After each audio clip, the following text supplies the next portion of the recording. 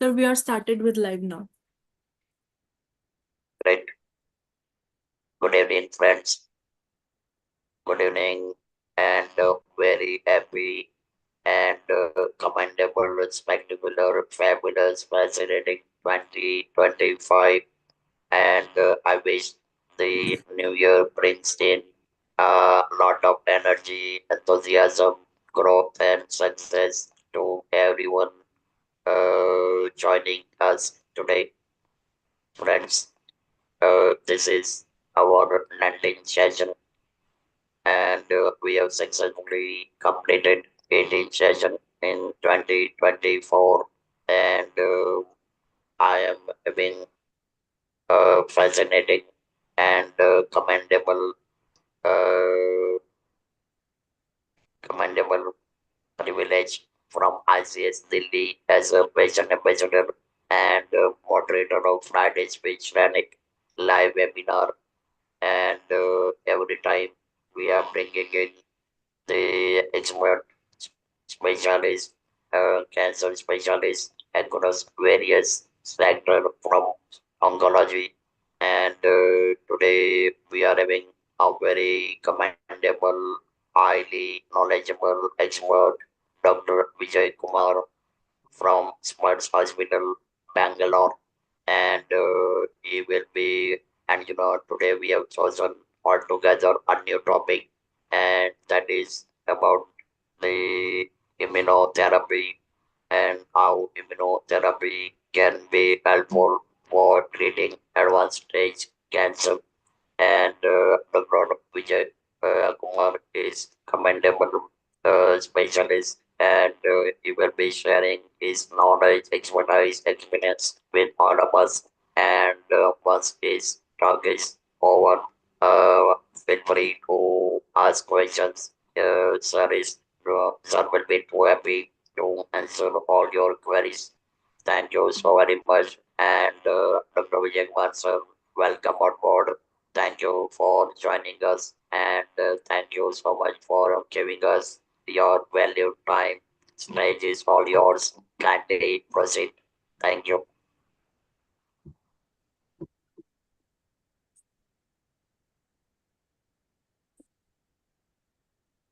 I say, am I audible?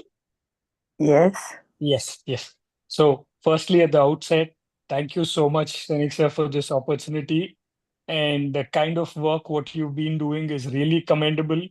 And I think you're the perfectly chosen ambassador for the field which needs very very passionate people like you to spread the awareness and help us curb the incidences of cancers, help in early detection, and you're kind of being really helpful in creating this awareness and helping with screening, and you're basically an inspiration for many, including me.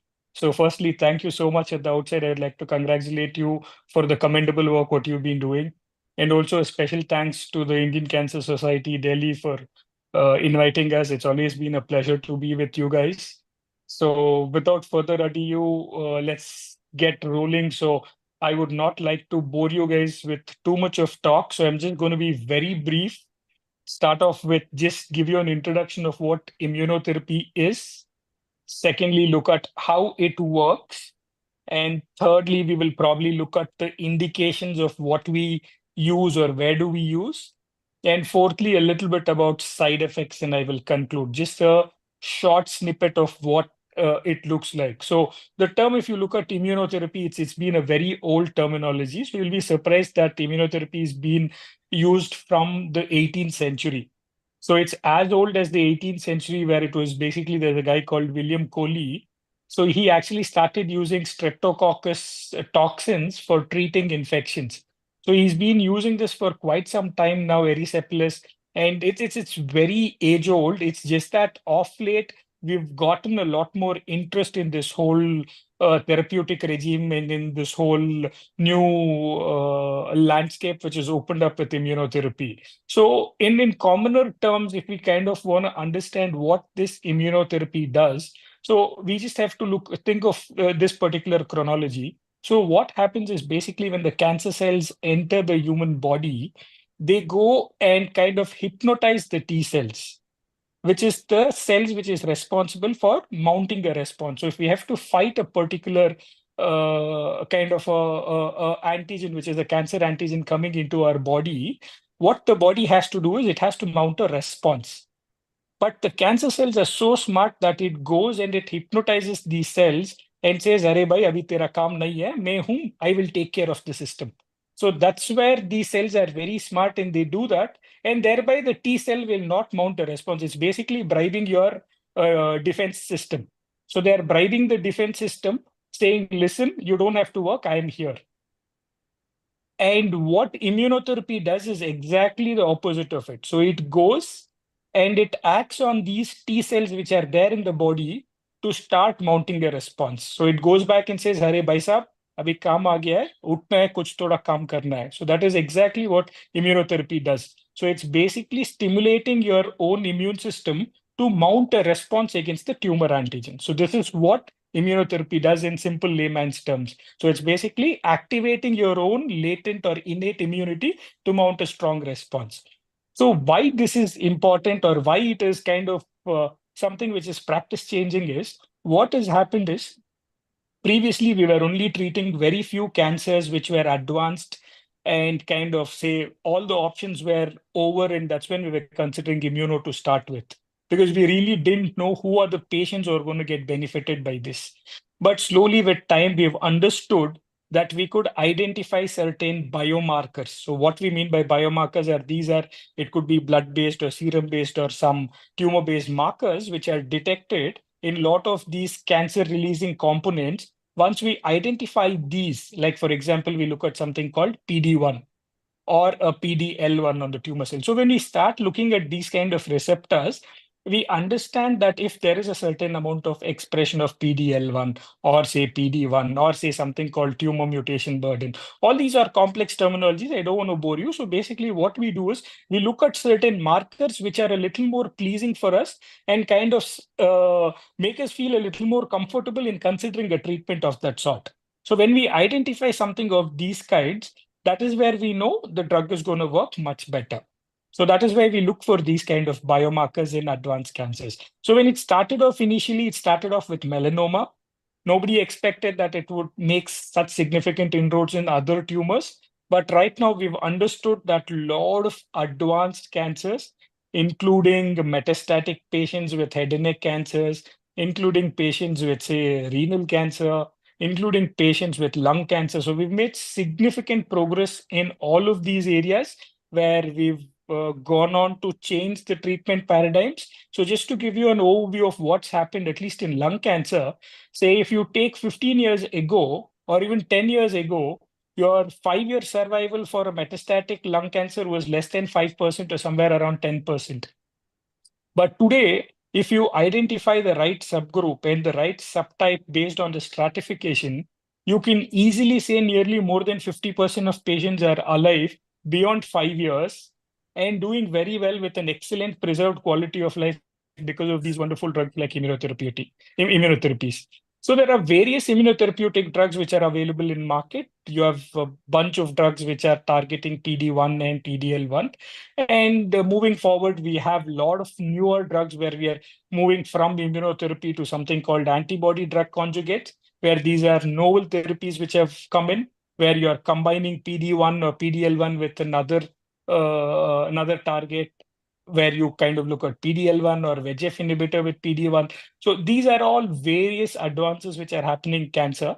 And it's a very fascinating field to be in right now. And how we look at indications is, so what basically happens in oncology is, as part of the complete treatment paradigm shift. So always we first take a drug in the metastatic setting, that is in the stage 4 setting. Once it does well, that is in the first line or the second line, then we move it a little higher up. We start moving it to the adjuvant setting. So what we do in adjuvant setting is, after a particular stipulated standard of care, we give more treatment so that the disease doesn't come back. That is what is adjuvant therapy. The aim of treating, or the aim of giving treatment in that setting is, you want to eliminate the stem cells or if there is any micrometastatic cells, micrometastatic tumor cells, which are not seen in the naked eye or not seen on scans. You don't want these people to come back after a curative surgery or curative therapy. So you give adjuvant, that is giving more treatment after a primary modality of care. So that's how you move the drug from metastatic to adjuvant. And then from adjuvant, now we move it towards neoadjuvant. That means before the primary modality of care, you are using drugs to shrink the tumor. That could be for primarily a tumor which is very large, not operable today, but you want to shrink the tumor, so you combine chemo with immunotherapy. That is called neoadjuvant. So all of these drugs have moved the entire paradigm from metastatic to adjuvant to neoadjuvant. So today is the era where we are using a lot of neoadjuvant immunotherapies for indications like breast cancer or say for lung cancer or say melanoma. So we've moved so much and so forth that we are moving drugs slowly and slowly into the neoadjuvant setting because you are seeing lot and lot deeper responses. What I mean by deeper responses is we are able to shrink the tumor more and also improve the quality of life. And these drugs do not increase the side effect profile or do not add more trouble to the existing compounds. So when you combine immunotherapy with chemotherapy, you are able to get better cell kill with a very small marginal increase in side effect. So that is why it has become a lot more attractive option for most of us. And we are very kind of happy looking at the responses because deeper responses means we always kind of feel better that the disease is not going to come back early. So we are more comfortable in giving more neoadjuvant treatments, and more neoadjuvant treatment means better responses. And also adding another drug, which is of, say, a small, which is of a small side effect profile with maximum benefit, then that's the way to go forward. So that is the advantage of combining immunotherapy with these specific, say, what do you call it, specific chemotherapies. And when you look at the side effect profile of it, of immunotherapy, that is where the most attractive component is. So most of them are very scared with the chemotherapeutic side effects, which is the common mucositis or ulcers or the hair fall or say significant fatigue and diarrhea and discoloration and thing. Among all of it, I think it's the hair loss and the alopecia, which is the most troublesome or the most bothersome. But fortunately, with immunotherapy, you don't see any of these side effects. So the side effect profile is completely different. It's more of inflammation in other parts of the body because it's acting on the inflammatory cells and causing a lot of inflammation in other areas. So you see a different profile of side effects, more like say hypothyroidism, or you see more of say pneumonitis, or say a little bit of colitis, and it's a different profile, and we have understood with time at what time point what side effect is going to be most prevalent. So we already have a set checklist to keep checking at stipulated time points and make sure we identify them early and we treat them early and we dose modify them early so that patients do not impair their quality of life and their quality of life is well maintained. So that's something which is very attractive with immunotherapy. So thereby there is a better reach and people are kind of reaching out for it. More people are asking for it.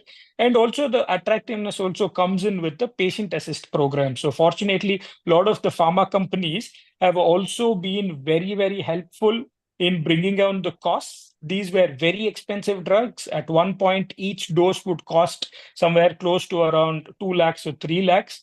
Now it's all come down like our Bata shoe rates. It's all come down to 999, 9,999 kind of a thing per cycle, which is very good. And there is also a lot of patient assist programs where you buy the drug for a short period of time and subsequently the drug is free for a longer periods of times. Because with immunotherapy, it's usually like a jackpot. If you strike it, then you are going to respond well. So that's how immunotherapy has always been. So in patients who respond well, they continue to do extremely well. They live really long. So what I mean by really long for an oncologist, if somebody is alive beyond 2 years, we are very happy because most of our metastatic patients do not do that well. But if I'm able to hold on to somebody beyond 5 years and beyond 6 years and beyond 7 years, what we are seeing right now with immunotherapy, I would take it as a win at any time point without compromising on the quality of life. So we are very excited in this era where we are kind of seeing these drugs making constantly significant improvements, and people are living longer with a very preserved quality of life. There is definitely no harm in doing that. And also, what has happened is also our own data from Tata Memorial from India. What was presented was you don't really have to use these full dose of the drug. So there is also a lot of interest around globally in the European market as well as in the Western world, where they want to use a smaller dose because we are able to achieve the same response with a full dose.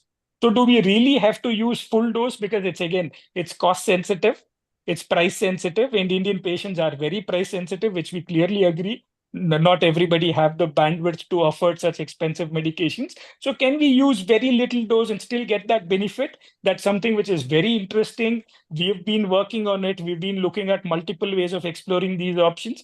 That's something which is also promising. We've had our own data. There's a lot of data and a lot of interest which is going to keep coming in throughout the world, where we're going to keep generating more and more data so we can get away with a very little dose of the drug and get maximum benefits. थोड़ा सा पैसा देना है पर लेकिन response ज्यादा रहना है और ज्यादा दिन जिंदा रहना है. That is what is our aim.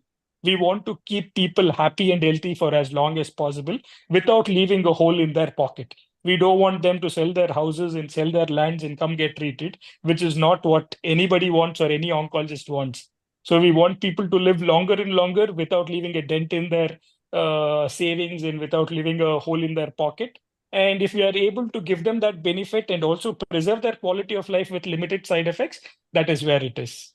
So I think with that, I will probably uh, take more questions if they're coming in, or I'm happy to kind of, if there's any queries, let's make it more interactive. I think it's getting more one-dimensional. Yeah, Dr. Vijay Kumar, first of all, many compliments.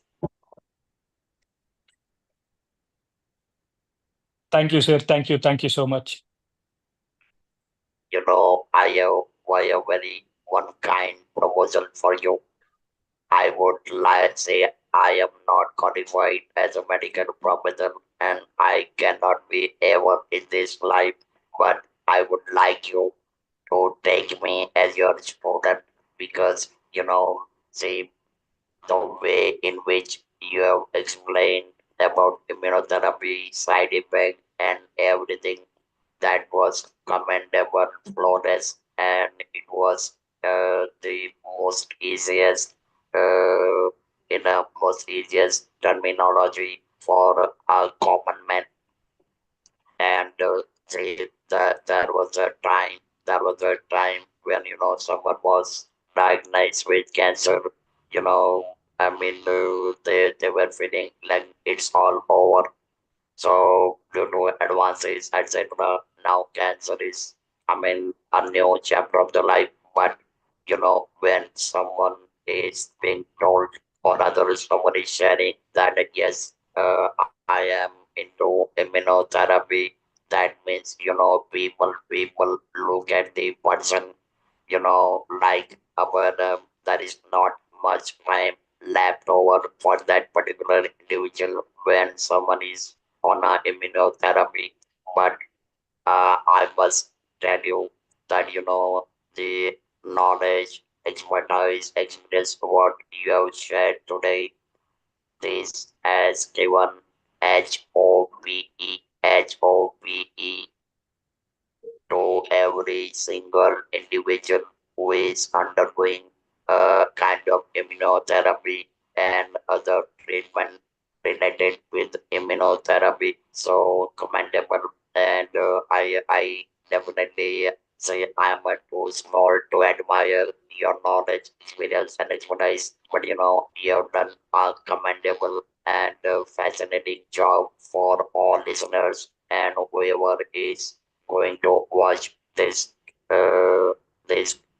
interview or this session later on YouTube and other medias. So thank you so very much. And Vaishali, sir, just one more question.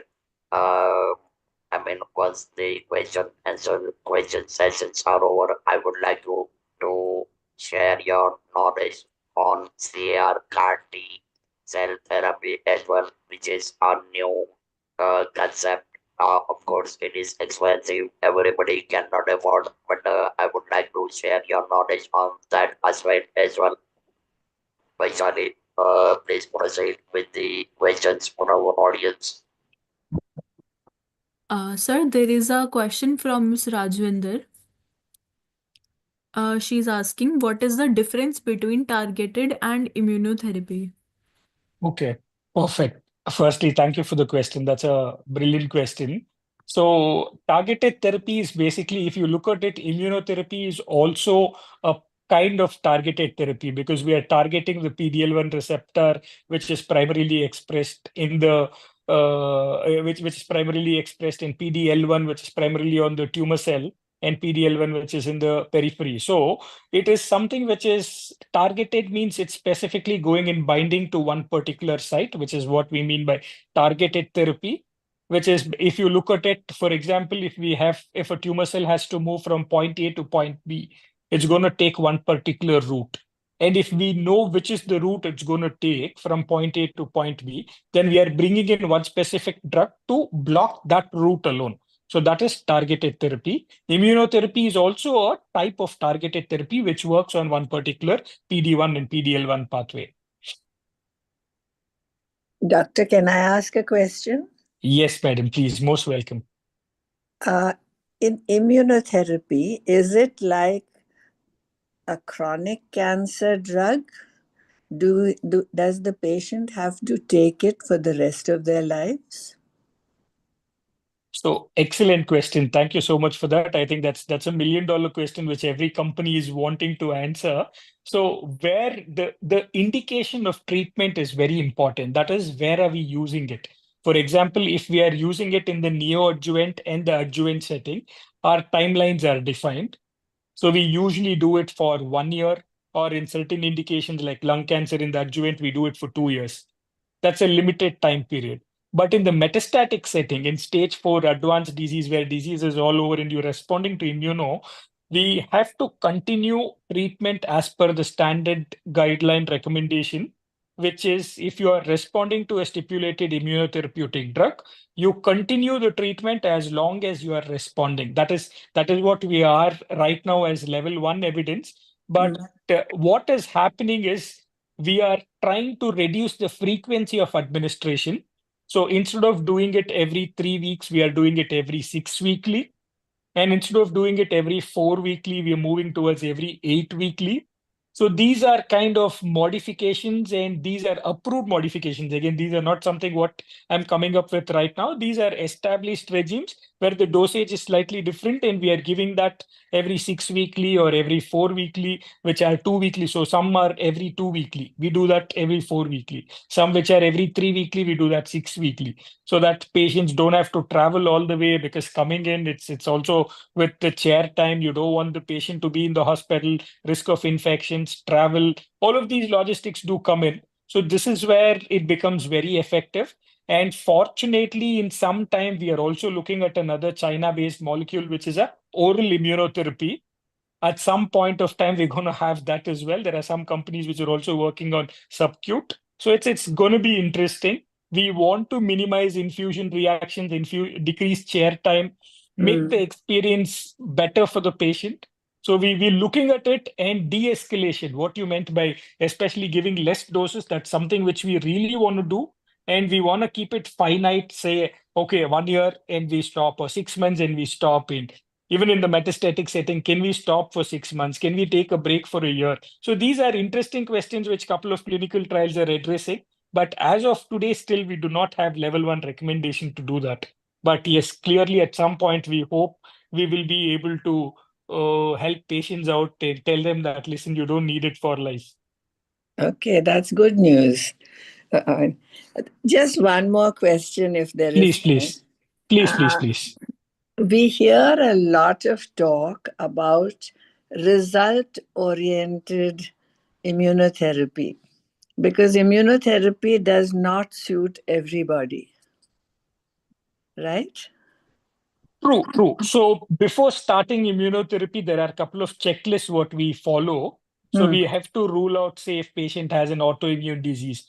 So patients with autoimmune disease, pre-existing autoimmune disease like myasthenia or systemic lupus erythematosus, or say patient has autoimmune hypothyroidism, Hmm. or say even baseline interstitial lung disease in some, although it is not an absolute contraindication, we do use it. But there are certain contraindications where we try and avoid immunotherapy.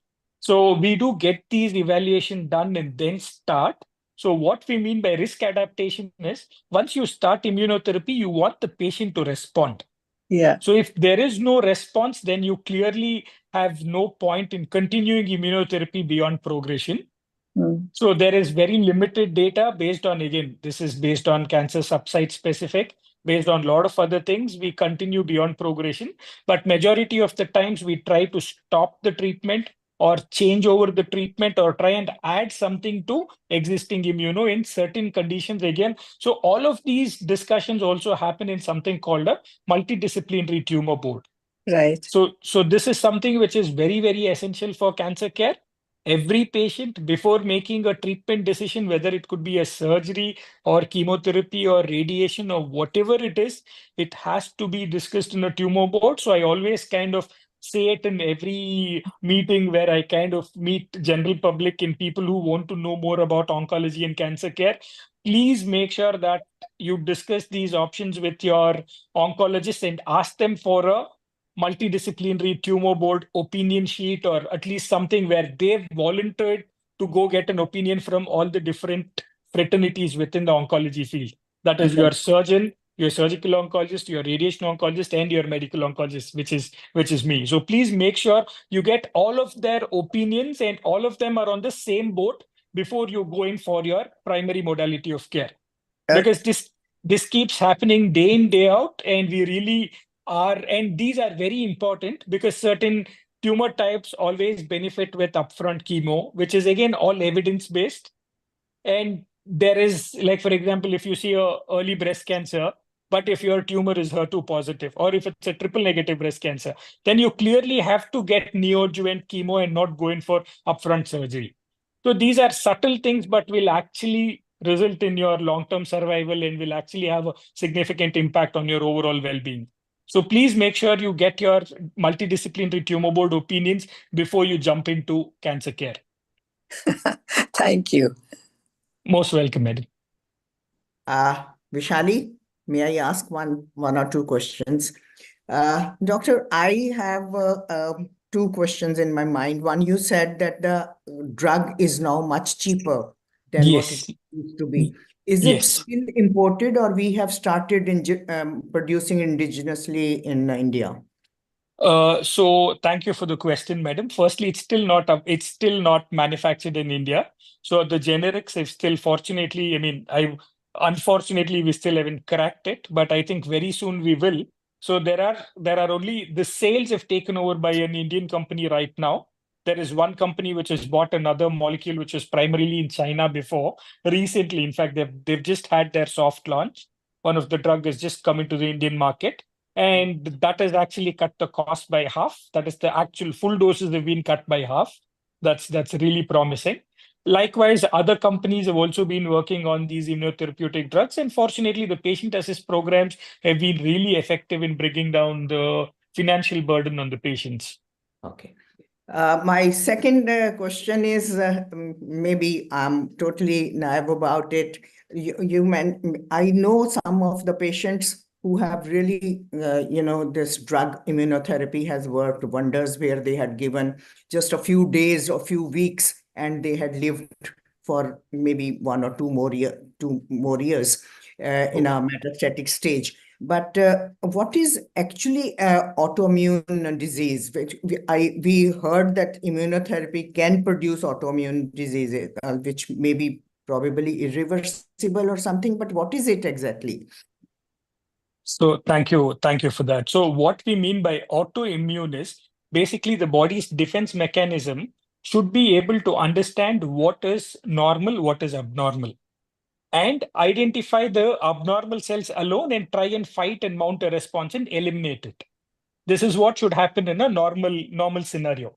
But in autoimmunity, what happens is the body's own immune mechanism will recognize a normal cell as abnormal and try and eat it up. So autoimmune, so body's own defense mechanism is eating away the normal cells which is actually supposed to be working. So when this happens, the whole process, your whole pathway, this is like self-destruction mode. So the cells are in a self-destruction mode, and this cycle continues. The more and more normal cells are eaten up, and that is not helping mount a response. And again, more cells are eaten up, and this autoimmune process continues. So that is what we mean by autoimmunity. Body's own defense mechanism is eating up cells which are supposed to be fighting a particular response, mounting a response or fighting a particular target. So if some patient enters into that stage, so immediately the drug has to be stopped, and can he sort of recover out from this? Or Yes. So what we do is if there is evidence of autoimmune disease upfront before starting the immunotherapy, we don't start them on immunotherapy at all. So that's an absolute contraindication. Any patients with autoimmune disease is an absolute contraindication. We do not start them on immunotherapy. After starting on immunotherapy, if they develop these toxicities, so we again have classifications in how do we grade these immunotherapy toxicities. So if it is again grade 3 or grade 4, then we definitely stop. Again, grade 4 in certain conditions, we definitely have to stop the drug. But if it's again grade 1 or grade 2, we can treat with steroids because steroids help in treating autoimmunity. Then we also have certain immunomodulators and certain targeted therapies which are available again to inhibit these IL-6 inhibitors or say TNF-alpha inhibitors. So you have certain drugs which specifically act when it becomes worse and when it's not responding normally, to steroids. what is the in a layman's knowledge, for layman's knowledge, what are the sort of treatment? How do you test that the person is having an autoimmune disease?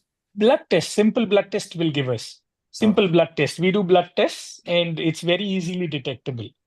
Very easily detected. And women are always more prone for autoimmune compared to men. So it's very easily detectable. It's just a simple blood test, actually. Thank you.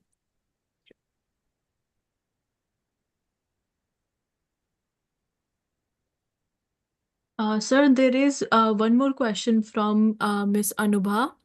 She asked that she has said that thanks sir, for an insightful session, and I have two questions.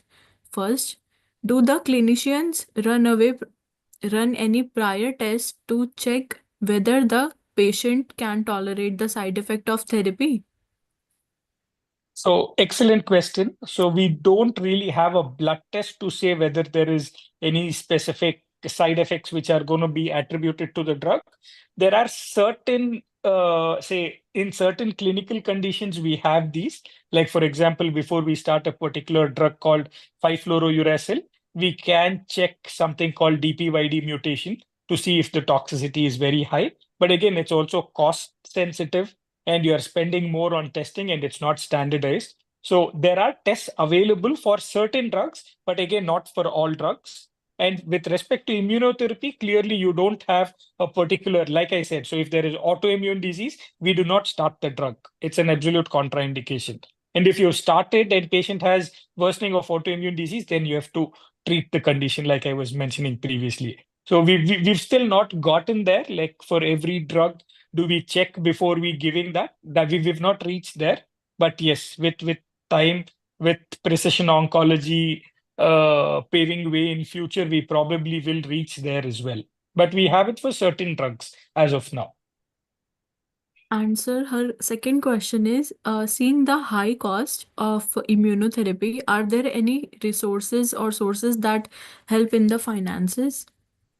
So in terms of finances, I think I'm not the right guy to speak about it, but I'm sure there are a lot of agencies which are available. I'm sure even ICS would probably have a lot more funding agencies whom they are linked with, and there's a lot of other agencies available which I'm not sure if I'm supposed to speak about those. But then yes, there is clearly a lot of funding available, both as part of CSR funding and as part of other projects who are trying to fund cancer treatments. There's also a lot of other funding available otherwise. I think international agencies are also very keen on having these. I think we can probably discuss this off the records to give them more solutions or give them more options of where to look out for funding on the whole. I think, sir, Anubha has got her answers. So, Shrenik, sir, if you have any more questions, please proceed.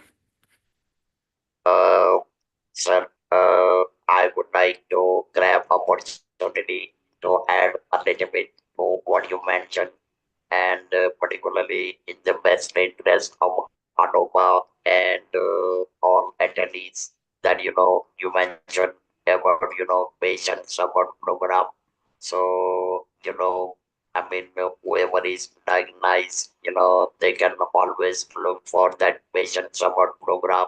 And even I have seen some of the cases within our within my close connection that I mean she was given immunotherapy, but then there are some additional support available from a pharma company that look at, I mean if you buy the drug for 1 month, you can get it for next 2 months free, so that the cost will go down to 1/3. So these are some of the steps or some of the indirect support is available, which can rather protect your bank balance. So these are some of the steps, sir.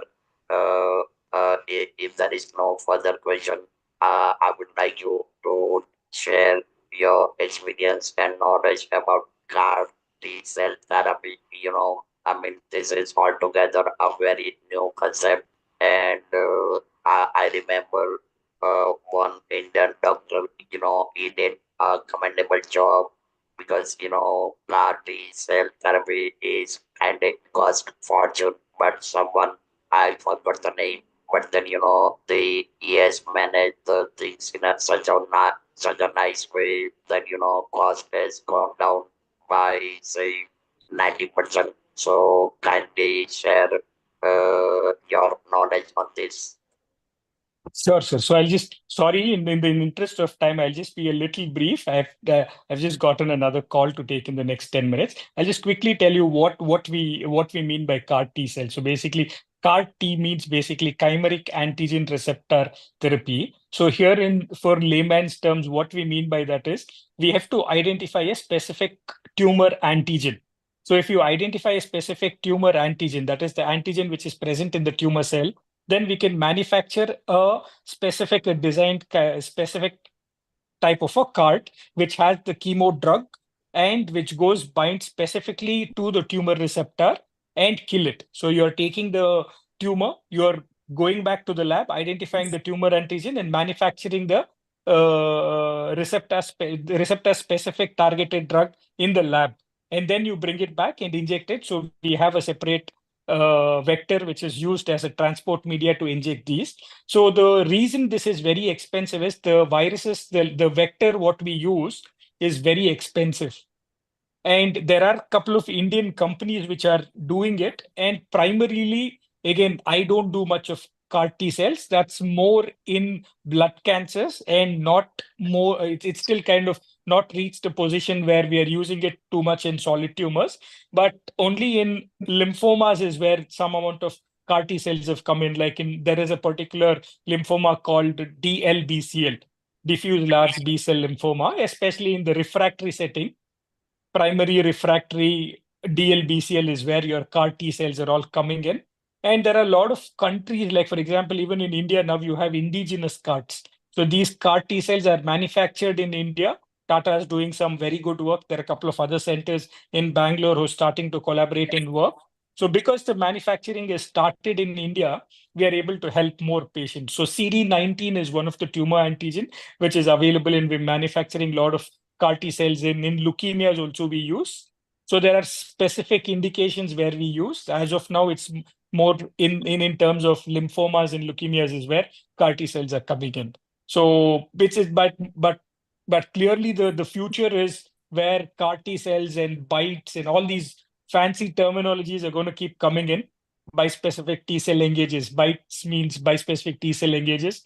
Then we are having more of these ADCs, antibody drug conjugate. So you'll keep hearing more of these fancy terminologies coming into practice at some point. We have something called TIGITs, TIGITS. So all of these are newer therapies, newer advancements, or one step above immunotherapy, where we're trying to raise the bar, trying to fight cancer, trying to understand more about cancer, because we kind of have a lot more armamentarium right now to identify and understand more about the tumor. That is what is the biggest advantage in today's era, because we are able to understand what the DNA is made of, what the RNA is made of, what is the protein content in it, what are the methylation status inside them. So these in-depth understanding of such finer intricacies are making us kind of lot more effective in delivering the drugs at the point of interest, minimizing side effects, minimizing collateral damage, and improving patient outcomes.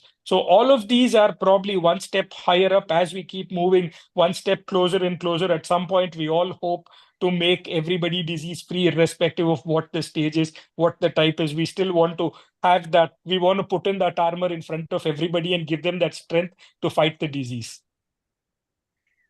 Thank you. Thank you so very much. Vijay, is there any question? No, sir, there is no more questions. So Great. we are good to go, Yeah. I think. Yeah. So Dr. Vijay sir, thank you so very much for sharing everything, in a very meticulous, easy to understand manner.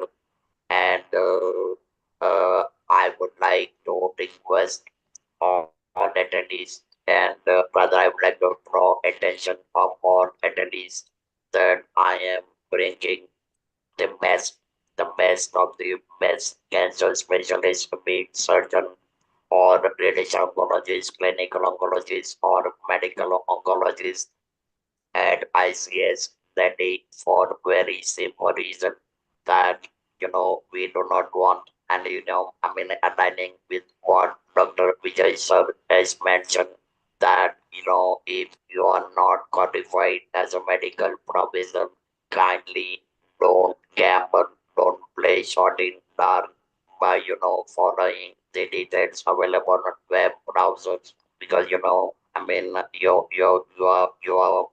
for no reason you are going to be victimized. So do follow whoever you feel appropriate. Get in touch with the specific organ specific cancer specialist or oncologist wherever you are. And now, last point, until now, I have been bringing cancer specialists on this platform at Friday Speech Shrenik for on behalf of Indian Cancer Society. But I would like everyone, and I would like everyone to spread word to join on next Friday, that is 10th of January, because I am going to bring a very, very knowledgeable, highly experienced radiologist, because the cancer surgeon, radiotherapist, clinical and medical oncologists, they deeply rely upon diagnosis and reporting done by radiologists. And that's how they perform surgery or they decide treatment protocols. So next Friday, stay tuned at 6 p.m. We will be having a commendable radiologist says I'm having a lot of acquaintances with her for a long time, and trust me, you will have a lot of things to learn, a lot of things to understand from our talk. Dr. Vijay sir, thank you so very much. I am deeply grateful, and I am so glad.